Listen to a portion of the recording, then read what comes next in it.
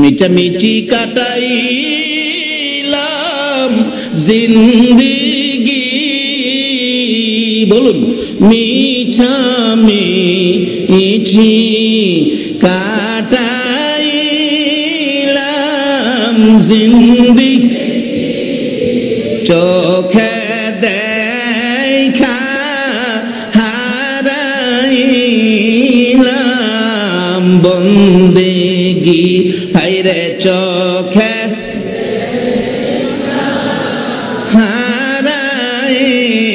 হারাইলাম বন কার বাবারি কার বাগার কার কার বাবারি কার বাগার কার বাকি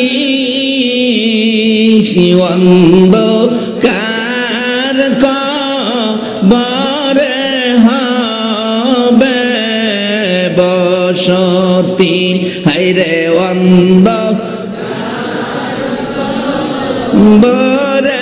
হবে এই দুনিয়া মুসাফির খানা জানো না, এই দুনিয়া মুসাফির খানা জানো, কত মানুষ আইল গেল রইল না, হায়রে কত মানুষ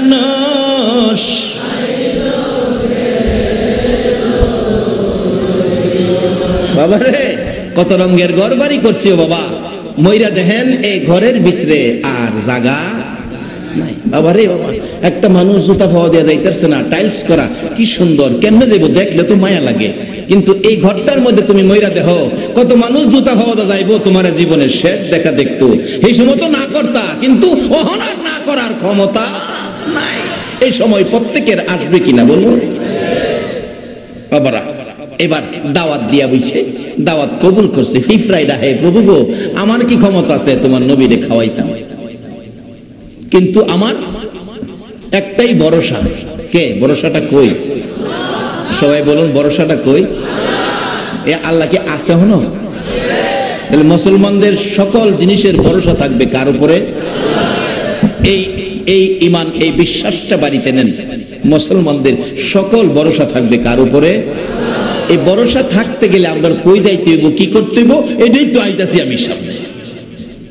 এবার আল্লাহ আমি তো দাওয়াত দিয়া বইছি, খাওয়ানোর ব্যবস্থা আপনি করেন, আমি কি খাওয়াইতাম, আমি খাই কি হেরারে খাও মুখী, আল্লাহ কই বুঝছি আমারই খাওয়ানো লাগবে, বেহেশতের থেকে একটা প্লেট খাবার পাঠাইয়া দিছে,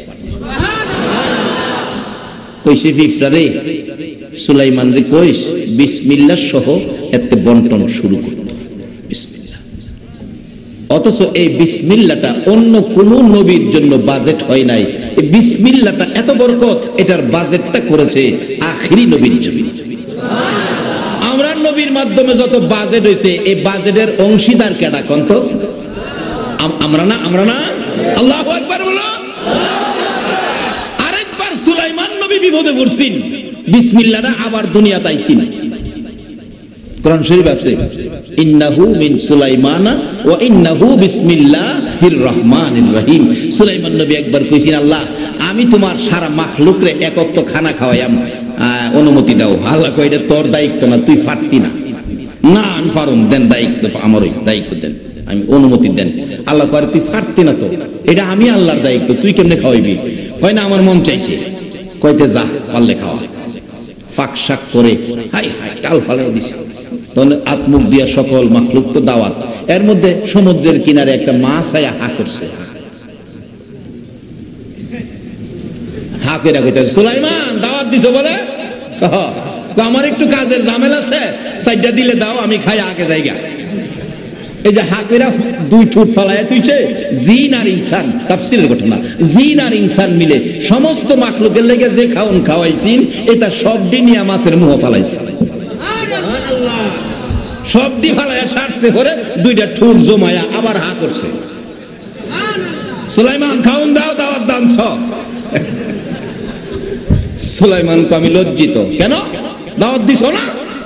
লজ্জিত কি? দাওয়াত দানছ, খাওন দাও। কই মাছ রে, লজ্জা দিস না? সমস্ত মাখলুকের লেগে যা রান্না করছিলাম সব তোর মুহ দিছি, এরপর তুই আবার হা করছস। মাছে কয়, বাহাদুরি করো, বেটাগিরি করো, এই খাউন পাহাইয়া সারে মাখলুকে খাওয়াইবা। তুমি যেটি সবাই লেগে পাহাইছো, আমারে যেটি দিছো এটি আমার এক নলা হইছে, এরকম 3টা নলা আমার আল্লাহ আমারে প্রত্যেক দিন খাওয়া। আচ্ছা, এই আল্লাহ আসেনি হলো, তাইলে কি আর আমাদের অভাব থাকতো, কি আর আমাদের অশান্তি থাকতো? এই মালিকের লগে লন সাক্ষাৎ করি, যোগাযোগ করি। কিভাবে করবেন? এইটা এই রাস্তাটা পাইতে গেলে আগে চিনতে হবে নবী মুহাম্মদ রাসূল। যে নবী নিজে না খাইয়া উম্মতের শান্তির চিন্তা করতেন। আল্লাহু আকবার বলো। নিজে না ঘুমাইয়া উম্মতের শান্তির চিন্তা করতেন, নিজে কোনোদিন ভালো পোশাক গায়ে না লাগাইয়া উম্মতের শান্তির চিন্তা করতেন। কত দুঃখে, কত ব্যথায়, কত চিন্তা আমার নবী করতেন। আম্মা জান আয়েশা সিদ্দিকার জীবনীতে পাওয়া যায়। আম্মা জান আয়েশা সিদ্দিকা নবীজির অনেক দুঃখের কথা ওয়াজ করেছেন। একদিনের ঘটনা, আম্মা জান আয়েশা সিদ্দিকা ওয়াজ করেন। ওয়াজটা কি ছিল? প্রশ্ন করেছে, ইয়া রাসূলুল্লাহ, জীবনে কতদিন যুদ্ধের ময়দানে যাইয়া কত জায়গায় মার খেয়েছেন, নবী গো আমি জানতে চাই কোন দিনের মার আপনার কাছে বেশি কষ্ট, বেশি ব্যথা হয়েছে? আমার নবী দুইটা চোখের পানি এতিমের মতো ছেড়ে দিছে। আয়েশা রে, মায়ের কথা মনে করিস না রে আয়েশা, মায়ের কথা মনে হইলে রে আমার তাইফের কথা মনে হয়ে যা রে আয়েশা। তাইফের জমিনের মায়ের রে, একবার নয়, দুইবার নয়, 3বার করে আমাকে বেহুশ করেছে। এমন মার আমি জীবনে কোথাও খাই নাই রে। তাইফের মায়ের কথা মনে হইলে এখনো আমার চোখের পানি রাখতে পারি না। মন কয় ব্যথাই যেন আমার কলিজা ফাইটা যাবে রে আয়েশা। কিছুক্ষণ পর আবার এতিমের মতো চোখের পানি ছেড়ে ছেড়ে আম্মা জান আয়েশা সিদ্দিকার দিকে তাকাইয়া তাকাইয়া ডাকে, রে আয়েশা, আর একটা ব্যথার কথা শুনো। তাইফের জমিনের মার সবচেয়ে ব্যথার কথা রে আমার, এই তাইফের জমিনের মায়ের কথাও আমি নবী বুইলা যাই রে আয়েশা, যখন আমার গুনাহগার উম্মতের কথা মনে হইয়া যায়। তাইফের জমিনের এত কষ্ট, এত ব্যথার মার যায়েদ ইবনে হারেসা বলেন, আমার নবীকে 3বার করে বেহুশ করেছে। উঠতে পারে না, টাইনা টাইনা নবীকে উঠাইছে। হাঁটতে পারে না, ধাক্কা দিয়ে একটুখানি হাঁটাইছে। নবী যখন আবার বেহুশ হয়ে পড়ে যায়, আবার টাইনা উঠাই। 3বার এইভাবে টাইনা উঠাইছে, টাইনা হাঁটাইছে, ধাক্কা দিয়ে হাঁটাইয়া মারতে মারতে 3বার করে বেহুশ। শেষবারের মাথায় এমন মার মারলো, নবীজিকে পাথরের নিচে ফালাইয়া দিছে। তাদের ধারণা আমার নবী বুঝি দুনিয়ার থেকে বিদায় হয়ে গেছে। যায়েদ ইবনে হারেসা বলেন, আমি নবীজিকে এইভাবে কোলে উঠাইলাম, নবীজি গাছ ছেড়ে দিছে, মন কয় নবী দুনিয়ায় নাই। একটা চিৎকার মারলাম, প্রভু গো, আমি যায়েদ ইবনে হারেসার জীবন নিয়ে যাও, আমার রাসূলের জীবন ফিরাইয়া দাও। নবীজিকে কোলে করে দৌড়াইয়া পাহাড়ের নিকটে যাইয়া একটা পাথরের উপর বসাইতে চাইলাম। বসাইতে চাইলে দেখি নবীর ক্ষত বিক্ষত শরীর, শক্ত পাথরে বসলে বুঝি কষ্ট হবে। আমি তাকিয়ে দেখি বসানোর প্রস্তুতি নেওয়ার সাথে সাথে ওই পাহাড়ের পাথর নবীর শান্তির জন্য তোলার মতো নরম হইয়া যায়। পাহাড়ের পাথর হইয়া আমাদের নবী চিনে, উম্মত হইয়া নবীর আদর্শ নিলাম না। যায়েদ ইবনে হারেসা বলেন, আমি নবীজিকে বসাইয়া আঞ্জাদি ধরে রাখছি, রক্ত মুবারক আমার জামা কাপড় লাল হয়ে গেছে। এমনি সময় নবীর ব্যথায় ব্যথিত হয়ে জিবরাইল দরখাস্ত করেছিলেন, প্রভু গো, তুমি কেমনে সহ্য করো গো তোমার বন্ধুর এই কষ্ট? আমি জিবরাইল সহ্য করতে পারি না, অনুমতি দাও, বিচার করে আসবো। আমার আল্লাহ বলেন, জিবরাইল রে, তুমি অনুমতি চাইলে রে জিবরাইল, আমার বন্ধু তো একবারও কিছু চায় না, একটা বার কিছু চাইলো না। যাও বন্ধুর কাছে, বন্ধু যদি অনুমতি দেয় বিচার করে দিয়ে আইসো। নবীজির সামনে জিবরাইল লম্বা ঘটনা ডাকতেছে, ইয়া রাসূলুল্লাহ, এত মায়ের মারলো তায়েবের মানুষ, আপনাকে অনুমতি দেন তায়েববাসীদেরকে বিচার করে শেষ করে দেয়। আমার নবী ডাকে, জিবরাইল রে, ও জিবরাইল, শেষ করে দিবি? তুমি বুঝি রাগ হয়ে গেছো? হুজুর, আমার আল্লাহ বলেছে অনুমতি দিলেই আমি বিচার করে দিব, অনুমতি দেন, অনুমতি দেন। আমার নবী বলেন, জিবরাইল রে, আমার অনুমতি নেওয়ার আগে আমার একটা খবর আমার আল্লাহর কাছে দিয়েছো। কি খবর? আমার এই রক্ত ভিজা জামাটা, সাদা জামা রক্তে লাল হয়েছে রে জিবরাইল, আমার এই রক্ত ভিজা জামাটা আমি আমার প্রভুর দরবারে জমা রাখতে চাই রে, এর বিনিময় অন্য কিছু চাই না। আমার রক্ত ভিজা জামার বিনিময় আমার মাবুদ যেন আমার উম্মতের মাফ করে দেয়। এই নবীর উম্মত হওয়া, নবীর আদর্শে যাওয়া, বলুন আমাদের দরকার আছে কিনা? কিভাবে যাবেন? এই তো কোরআন শরীফে পরামর্শ দিয়েছে, ইয়া আইয়ুহাল্লাযীনা আমানু দুখুলু ফিস-সিলমি কাফা। ছোট্ট একটা শব্দ আপনাদের সামনে, ছোট্ট লিখিব, এটার মধ্যে বাজেট বড়। ছোট্ট জিনিসও অনেক সময় বড় কাজ করে, এটা বোঝানোর জন্য একটু লম্বা হয়ে গেছে। ছোট্ট জিনিসও অনেক সময় বড় কাজ করে। কোরআন শরীফের ছোট্ট একটা শব্দ, আল্লাহ বলছে আমাদেরকে ইমানদার দেও, মা বোনেরা তোমাদেরকেও বলছে, মুসলমান বলতে, ইমানদার বলতে সবাইকে বলছে, তোমরা পুরাপুরি ভাবে ইসলামে ঢুকো। বলুন, ইসলামটা কার ধর্ম? বলুন। কোরআন শরীফ, ইন্নাদ দীনা ইনদাল্লাহিল ইসলাম। আল্লাহ বলছে ইসলামটা আমার মনোনীত ধর্ম। এই ইসলাম আল্লাহর মনোনীত ধর্ম। এই ইসলামটা আল্লাহ ইসলামের মধ্যে ঢোকার জন্য আমাদেরকে ডাকতেছেন। আচ্ছা বলুন, ইসলামটা যে আল্লাহর মনোনীত ধর্ম, এটা কি আমাদের কোনো মনোনীত না আল্লাহর মনোনীত? ইসলামটা চলবে কি আমাদের ইচ্ছাই না আল্লাহর ইচ্ছাই? এখন যদি আল্লাহর ইচ্ছায় ইসলাম চলতো, তাইলে আমরার মধ্যে দল হইল কি লেগা? তাহলে বুঝে গেল আমরা আল্লাহর ইচ্ছাই চালাই না, চালাইলে আল্লাহর ইচ্ছাই চললে এক দল থাকতো, তিন দল হইল কেরে? তাহলে বুঝে গেল নিজেদের কিছু মত লাগাইছে। আল্লাহ কইছে তোমরা ইসলামটা চিনো নাই। ইসলামটা চিনার জন্য, বোঝার জন্য আল্লাহ একটা ক্যাটালগ দিছে। ক্যাটালগটা হলো কোরআন। ক্যাটালগটা কি? সবাই বলুন, ক্যাটালগ কি? কোরআন। অনেক সময় দেখি মোবাইল কিনলে মোবাইলের সাথেও ক্যাটালগ দেয়। 1700 টাকার মোবাইল, এত বড় ক্যাটালগ বই দিছে, কেমনে চার্জ করবেন, কেমনে ব্যবহার করবেন, কোন ফিনে চার্জার ফিন ঢুকাইবেন, কোন জায়গা দিয়া ইয়ারফোনের ফিন ঢুকাইবেন, এটা সব ক্যাটালগের মধ্যে সিস্টেম দেওয়া আছে। যদি আপনি মোবাইল কিনা কন আমি মোবাইল কিনছি, হ্যাঁ ক্যাটালগ মানুন লাগবো। ইয়ারফোনের সেদ্রুর মধ্যে চার্জার ফিন ঢুকাই দিয়েছেন, আবার চার্জারের চার্জ করার সেদ্রুর মধ্যে ইয়ারফোনের ফিন ঢুকাইছেন। বলুন চলবো না ভেজাল হইব? তাহলে বুঝা গেল ক্যাটালগ না মানলেই কিছু ভেজাল। আল্লাহ মনোনীত ধর্ম ইসলাম বুঝার জন্য ক্যাটালগ হলো কোরআন। তাইলে আমাদের মধ্যে যখন কিছু ভেজাল, আল্লাহ কয় তোমরা ক্যাটালগ বুঝতেছো না।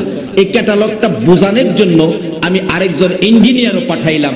সে ইঞ্জিনিয়ার হলো নবী মুহাম্মদুর রাসূলুল্লাহ। তোমরা এই ইঞ্জিনিয়ারের কথা মতো ইসলাম ব্যবহার করো, তাইলে কোনো দলাদলি থাকবে না। কোরআন শরীফে বলেছে অমাইয়ুতির রাসূলা ফাকাদ আতা আল্লাহ। তোমরা আমার এই রাসূলের কথাগুলি মানো। যারা রাসূলকে চিনছে, রাসূলের কথা মানছে, তাদের জীবনী খুলুন না। একটু লম্বা হয়ে যেতেছে, আপনাদের কষ্ট হবে। যারা নবীকে চিনছে, নবীকে মানছে, তাদের জীবনী খুলুন। আসলে চিনতে পারলেই মানতে সহজ হয়। আচ্ছা, আমরা নবীর জীবনে কোনদিন কারো প্রতি হিংসা করছে? যদি এই হিংসা নবীর উম্মতের মধ্যে থাকে তাইলে নবীর উম্মতের খাতায় নাম থাকবে না। নবীরে চিনছে সর্বপ্রথম একজন মহিলা। নবীজি নবুয়তের কাজ, দাওয়াতের কাজ শুরু করে নাই, কিন্তু নবীকে চিনি ফেলেছে আচার আচরণ দেখে, ব্যবহার দেখে মা খাদিজা। সুবহানাল্লাহ বলুন। আচার আচরণ, ব্যবহার, কথাবার্তা, চাল চলন দেখে চিনে ফেলেছে মা খাদিজা। এই নবীকে চিনে খাদিজার লাভ হলো না লস হলো? বাস্তবে আসুন কিভাবে লাভ। মা খাদিজা মক্কা নগরে ধনাঢ্য ব্যক্তি ছিলেন, একজন ব্যবসায়ী ছিলেন, শিল্পপতি ছিলেন, সম্পদশালী ছিলেন। মা খাদিজা শুনছে মোহাম্মদ নামে একটা যুবক, তার আচার আচরণ, চাল চলন, কথাবার্তা, ব্যবহার, সততা সব দিক দিয়ে গুণ গরিমায় ভরপুর। প্রস্তাব করলেন ওই মোহাম্মদ নামে যুবকটাকে আমার ব্যবসায় যদি চাকরি দেওয়া যাইত তাহলে একটু ভালো হইতো, সৎ চরিত্রের যুবক। এই প্রস্তাব পৌঁছলে নবীজির মা নাই বাবা নাই, চাচা আবু তালিব নবীজিকে নিয়ে, যুবক মোহাম্মদকে নিয়ে খাদিজার বাড়ির সামনে ডাক দিলেন, খাদিজা, মোহাম্মদ নামের যুবকটা আসছে। খাদিজা ঘরতে বাইরিয়ে দেহে, হায় হায়, এটা পূর্ণিমার চাঁদের সাথে তুলনা করা যায়, তবু চাঁদের চাইতে বেশি মনে করা যায়। আবু তালিব, এ কি তোমার ভাতিজা? যা শুনছি সবই তোমার ভাতিজার আছে, বিশ্বাস হয়েছে। যুবক, তোমার আমার নবী যুবক বয়সে চরিত্র কত সুন্দর, দেখলেই মানুষ বিশ্বাস করে ফেলতো। আর অহনের দিনের যুবকদেরকে বিশ্বাস করা যায়? সবাই যেমন কইলেন না, দোকানে চাকরি দিছে, ক্যাশিয়ার বানাইছে, চাবিটা খুলে থিয়াই করছে মহাজন, সোহালে গিয়া দেহে দোকানের তালা ভাঙ্গা, ক্যাশে যা আছে। এই ঘটনা ঘটে নাই আমরা বাংলাদেশ। তবে আপনারা কি আখিরি নবীর উম্মত হইতে চান কিনা? তাহলে কি করবেন? এই যে দেখেন নবীর আদর্শ, নবীর শিক্ষা।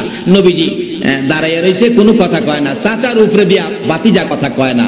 আর অহনের দিনের গেলাম বাপের উপরে দাও, কয়লা কয় না, ও কয় না, কথা কইতে বাপে কিছু, বাপে কইছে আরে বাপ দেশ না, বাপের দমক মারে। তুমি কি জানো? তুমি কি জানো? হ্যাঁ, খুব ভালো জানে, বাপে জানে না। নবীজি চাচার উপরে কথা কয় না, দাঁড়ায় রয়েছে। আবু তালিব, জি, এ কি তোমার ভাতিজা? হ্যাঁ, আমার খুব পছন্দ হয়েছে। মা খাদিজা বলেন, তোমার ভাতিজা আমার এখানে চাকরি করবে, এটা আমি চাই, তবে ব্যবসা বাণিজ্যের তো হিসাব কিতাব করতে হয়। তোমার ভাতিজার লেখাপড়া কি? লেখাপড়ার সার্টিফিকেট কি? আবু তালিব কয়, খাদিজা, এই ব্যাপারে আমি দুর্বল, কারণ ভাতিজা জীবনে কোনোদিন বাবার মুখ দেখে নাই। লেখাপড়া কে করাবে? তার তো গর্ভ থাকতেই বাবা মারা গেছে, 6 বছর বয়সে মা মারা গেছে, লেখাপড়া কে করাবে? আমি তো লেখাপড়া করাইতে পারি নাই, আর আমার জানা মতো মাদ্রাসা, স্কুল, কলেজে যাইতেও আমি কোনোদিন দেখি নাই। এতে বোঝা যায় নবী কি লেখাপড়া জানে না।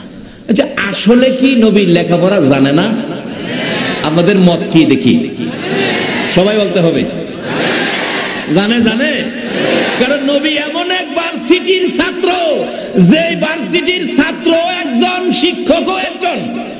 ভার্সিটিটা মক্কা নগরে, যারা হজ করতে গেছেন দেখছেন, যে ভার্সিটির নাম জাবালে নূর।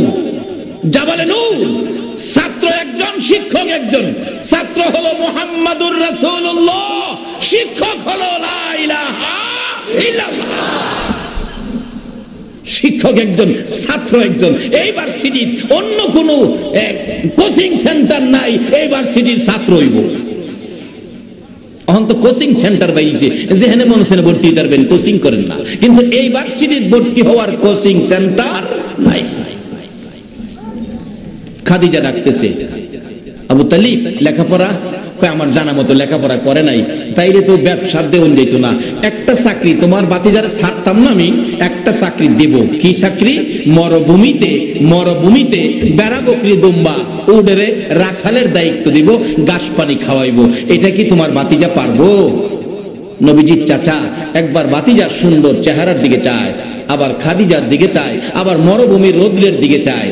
ও খাদিজা, এই প্রখর রৌদ্র মরুভূমিতে আমার এই সোনার চেহারা, চাঁদের মতো চেহারা, মায়ার চেহারা, ভাতিজাটা মা নাই বাবা নাই, আমি চাচা হইয়া এই বাতিজারে এই কষ্টের চাকরি দিতে পারি না। খাদিজা গো, আমি পারবো না, আমি রাজি হব না, এ রৌদ্রের চাকরি বাতিজা করতে পারবে না। আমার নবী দাঁড়াইছে, চাচা চাচা অনুমতি দেন, অনুমতি দেন চাচা, আমি পারবো। চাচা আপনি অনুমতি দিলে আমি চাকরিটা করি। চাচার অনুমতি নাই, চাচার অনুমতি ছাড়া চাকরি করতো না। আর ওহনের দিনে বাপের অনুমতিও নেয় না। ও কি নবীর উম্মত, এই নবীর সুপারিশে যদি জান্নাতে যেতে চাও, মা বাবার অনুমতির বাইরে কোনো কাজ করো না। আমার নবী বলতেছে, চাচা অনুমতি দেন, আমি চাকরিটা করতে পারবো। চাচা আবু তালিব কই, বাতিজা তুমি পারবা? জি চাচা। তাইলে বাতিজা যাও, তুমি পারলে অনুমতি দিতে পারি, যাও। ঠিক আছে করো। খাদিজার বাড়িতে চাকরি নিলেন। সকালবেলা ডাকতেছে, যুবক মোহাম্মদ, ও খাদিজা তোমার ছাগল কয়টা, উট কয়টা, বেড়া কয়টা, দুম্বা কয়টা, আমারে গইনা বুঝাইয়া দাও, নাইলে দিবা 10টা। কইবা বলে আসিন 15টা। তাইলে আমি তোমারে বুঝাইম কিভাবে, তোমার কয়টা কি আছে আমারে বুঝাইয়া দাও, আমি দায়িত্ব নেই, পরে আমি যেদিন চাকরি ছাইরা দিমু এই দিন তোমারে বুঝাইয়া দিমু। আচ্ছা কোন তো এই সিস্টেমটা কি সঠিক কিনা? খাদিজা কয়, আশ্চর্য, এই রাখাল তো জীবনে দেখি নাই। বুঝাইয়া দিতাম, পরে আমারে বুঝাইবো, করতে বুঝাইবো। যত রাখাল আমার ফার্মে চাকরি করে গেছে, বেড়া বকরি দুম্বা লয়ে গেলে প্রত্যেক দিন 2, 4, 5, 10টা বাঘে খাইছে, 4-5টা হারায় গেছে। উনি যে কইতাছে গইনা নিব, গইনা বুঝাইবো, এটা কেমনি হইব? আশ্চর্য হয়ে গেছে প্রথম দিনের ব্যবহারে। ঠিক আছে, আপনি গইনা লন। কিতাব লেখে নবীজি প্রথম ছাগলের ঘরে ঢুকছে, বকরির ঘরে। বকরি ঘরে ঢুকে গন্তাছে নবী, ছাগল গনতে গনতে গনতে গনতে গনতে গনতে দেখে ছাগল হয়ে আছে 1200। ঘুমাই রেছিলেন দাদা? ছাগল কয়শো? 4টা ছাগল লইয়া কালকা বাইরে আপনারা পাগল বানাই দেব। 4টা ছাগল আরে খাওয়াইতে নিবেন, দেখবেন বাইরে আপনি ঘর থেকে একটা দৌড় দা আপনারা সাইডে ফেস মারছে, আরেকটা সামনে টানতেছে, আরেকটা টানতেছে এই বাম দিকে, আরেকটা ডাইন দিকে, আরেকটা পিছে মাড়ির ভিতরে 2টা ঠ্যাং গাইরা খাড়িয়া রইছে। টাইম না আমার গলা ঠিক, তারপর আমি সামনে দেখতে না। এই চরিত্র ছাগলের আছে কিনা কন্ত? এই পানের দায়িত্ব পাইছে 1200। কয়শো? আল্লাহ সকল নবী রাসূলকে দিয়ে ছাগল পালাইছে। নবী রাসূলের পরশে ছাগল যাওয়াতে ছাগলের দাম বাড়ছে না কমছে? আচ্ছা কোন ফার্মের মুরগ কোন, দেশি মুরগ কোন, মহিষের গোশত কোন, আর গরুর গোশত কোন? সবচেয়ে দাম কিসের গোশতের? ছাগলের গোশতের দাম বেশি না? মানে খাসি আর কি, খাসি তো ছাগল হই। নবীর পরশে গেলে যদি ছাগলের দাম বাইরা 450 টাকা কেজি গোশত হইতারে, এই নবীর উম্মত হইয়া যদি কবরে যাইতারি, আমরা দাম বাড়বো না কমবো? আল্লাহু আকবার বলুন। বাবার এটা আমার ওয়াজ না তো, কোরআন শরীফের ঘোষণায়, কুনতুম খায়রা উম্মাতিন উখরিজাত লিন-নাস। আল্লাহু আকবার। এই নবীর উম্মত, উম্মতের ইজ্জত সম্মানের ঘোষণা কোরআন শরীফে আল্লাহ নিজে করেছে। সেই নবীর উম্মত হইতে আপনারা রাজি আছেন? তাহলে কিছু জিনিস ছাড়ুন লাগবো, কিছু জিনিস ধরুন লাগবো। কি ছাড়বেন, কি ধরবেন? আইসা পড়ছি আমি শেষ দিকে। বলতেছিলাম চিনতে হবে, ছাড়তে হবে, ধরতে হবে, সব কিছু নবীর মাধ্যমে নিজের মন গড়া কিছু করলে হবে